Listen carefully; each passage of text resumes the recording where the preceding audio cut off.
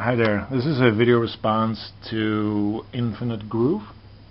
Yep, InfiniteGroove. Normally you see me sitting on my couch and showing you records, vinyl records.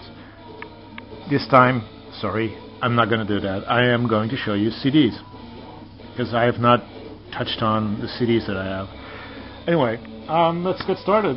He had 5 questions regarding 5 albums or songs. So it's the 5x5 thread that he did a couple of weeks back. And like I said in Big Star's thread response, I haven't been feeling too well, so I haven't been doing any videos the last couple of last week, maybe a week and a half. First question he asked, 5 debut albums, 5 great debut albums. First one is playing in the background. It's Shavaz, Gone Glimmering. It's really glimmering. This is a powerful, powerful debut, and I wish I had it on vinyl. It has become right now my favorite. My album, #1 album on my wish list, together with their second album, Ride the Fader. I want those 2 on vinyl, but they're really, really rare and hard to find. Anyway, as you can see, it's in the back. This is the band. Amazing, amazing, powerful indie rock debut that just has rocking guitars, great vocals, great lyrics, great everything. Everything's good about this band, and they aren't that well known, which is a shame. So Shavaz, that's my first great debut album band. Another one is a Belgian one. This is Deus. Worst Case Scenario. They put themselves on the map with this album. Later on they became more melodic, more poppy, but these guys, these Belgians, knew how to mix Tom Waits, Sun Ra, Zappa, just really good indie rock, mix it all together, and they have a sound. At least here they had an amazing sound. Worst Case Scenario. If you don't know Deus, check out Deus. I'll try again to put a playlist down there, at least with all the albums and maybe the closing tracks. I don't know. We'll see. Awesome album #3, debut, Mr. Bungle's first. It's out on vinyl. I can get it. It's really pretty affordable. It's been reissued by Plain Recordings, but I have the CD, and I don't know. It's something that I might pick up on vinyl in the future, but for now, I'm pretty content with the LP. It's produced by John Zorn, who is a free jazz musician from New York, and this is the first, I believe, the very first album that features Mike Patton on vocals. What vocals those are, my God. If you compare the vocals on here to the ones that he did on the first Fate No More record, they're kind of similar, but he goes far out on this one. This is an amazing, amazing debut. It's creepy clowns everywhere, and really worth it. All their records are worth it, by the way. Another great debut, Granddaddy, Under the Western Freeway. I love this band. Another album that I wish I had on vinyl, but I have their masterpiece, which is Software Slump. I have that on vinyl, but this is another really good album. Heard of these guys through the song Summer Here Kids, which was kind of a small hit here in Holland. And they played a lot here, and I saw them perform several times, and they were such an enigmatic band. I love them, still do. Maybe the greatest band of the 90s, I don't know. And the last greatest debut of all time. This is, or of all time, the greatest debut album. A great debut album, that's what I'm trying to say, Jesus. Belle and Sebastian, Tiger Milk.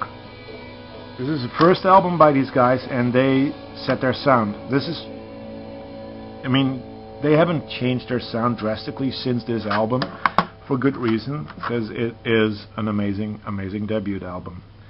I don't know if it's my favorite, But we weren't talking about favorite debut albums. We're talking about, you know, really good debut albums, and this is one. My God, it's good. I would love to see someone who has the very first vinyl release of this before it got reissued. I would love to see that, because it was first released on vinyl, and then later on CD and vinyl again. But the very first run of vinyl, I would love to see someone who has that. The second question was great rainy day albums, and today is a rainy day, so it's quite appropriate. Simian, chemistry is what we are. These guys, could also be, you know, one of the greatest debuts of the 2000s, because it is from 2001. This is a UK band. They did one more album after this, and then they became Simian Mobile Disco, which were doing the, you know, electro dance kind of thing. These guys, they created this album, their first one, and made it sound like it was a Radiohead album, mixing electronic stuff and just great songwriting, and blending it into this really moody piece of I don't know, indie folktronic, maybe, I don't know what you call it, but it's really, really good. It's great for rainy days. This is, I don't know if you can see that. I'm going to take it out. This is Set Fire to Flames.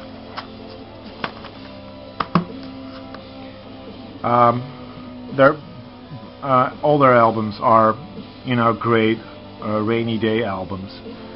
I believe these are an offshoot of Godspeed You Black Emperor, but a lot more experimental. But very moody. They have sound collages, they have found sounds, they have just really good. It's not explosive like Godspeed You Black Emperor at times, but it's really, really suits the weather. Another offshoot of the wonderful Godspeed is Asmarine. This is the album called If Only a Sweet Surrender to the Nights to Come Be Truth. And like the previous one, which by the way I forgot to mention the title, it's Telegraphs in Negative, Mouths Trapped in Static. That's this one. It's a little broken. I need to glue it together. I mean, it's an awesome package. More string-based post-rock, but you know, just really moody and suits the weather.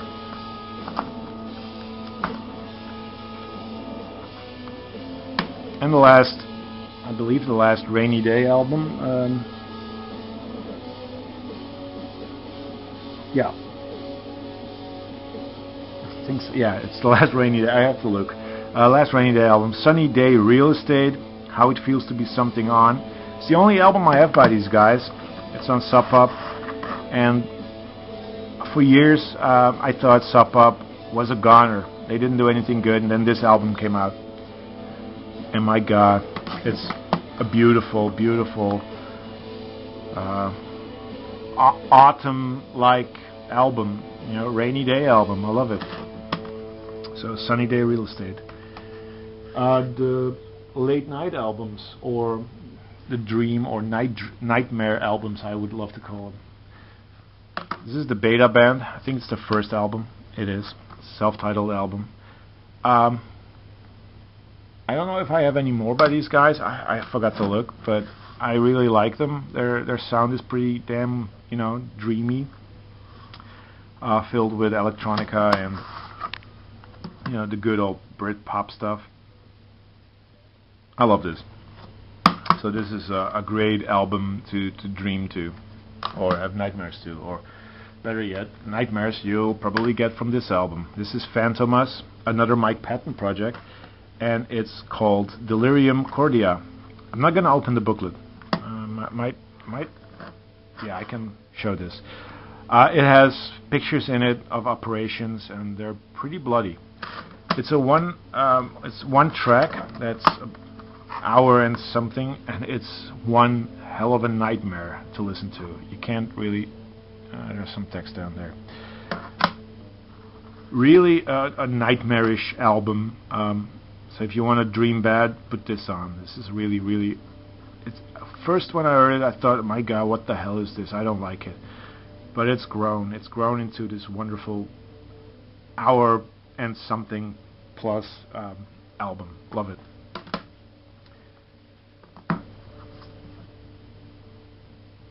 This could also be the Rainy Day album, but I decided to call it the Dream, to put it in the late night album section of the questions. Metal Molly, Golden Country, another Belgian band. Started out like Pavement, Weezer-ish kind of band. Really good, by the way. And they turned into this folky, kind of dreamy pop group called, with this album, The Golden Country. I don't know if it's, I think it's that guy. That is Pascal de Weze. He's a giant in the whole Belgian pop scene. And he started a band around this time with a similar sound called Suki Love. But I love this album just that much. Great, great pop tracks. And great album. Solid, solid album. Some Dutch love. I'm going to share some Dutch bands here. This is Birdskin with Basement. This is a dreamy album. I love this. It's lo-fi as hell. It's by a band who existed since, I guess, the mid-90s. I don't know if they still exist. I hope they do, because they're really an amazing band. This is actually, these are the band members. Really great lo-fi indie pop kind of thing, and dreamy as hell. Love it.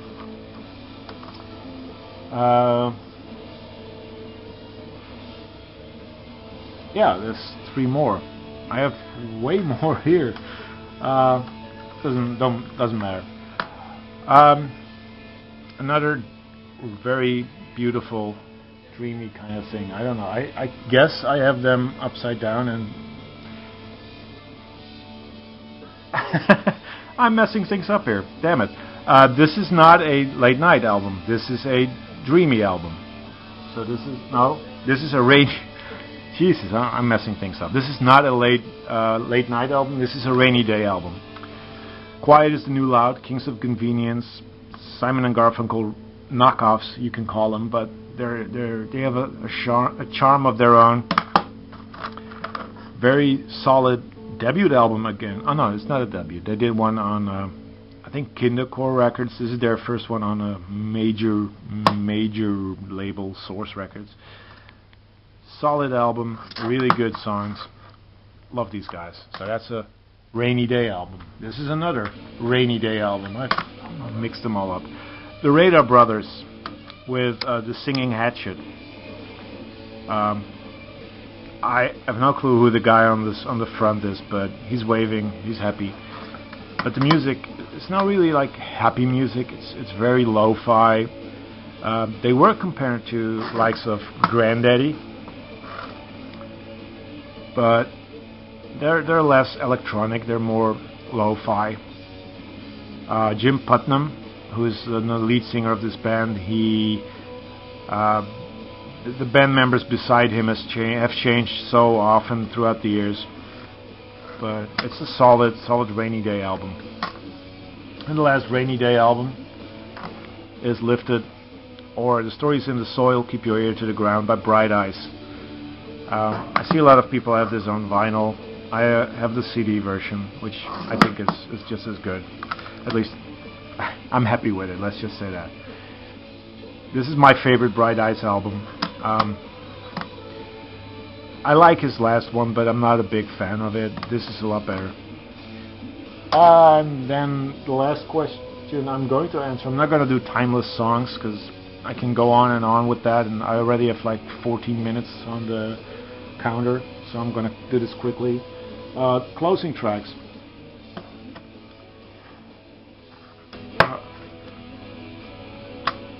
I'm going to put this away. First album by the Polyphonic Spree, the beginning stages of the Polyphonic Spree. Seems that they're coming out with a new album later this year, hopefully. Tim DeLauder, that's him, you can see him.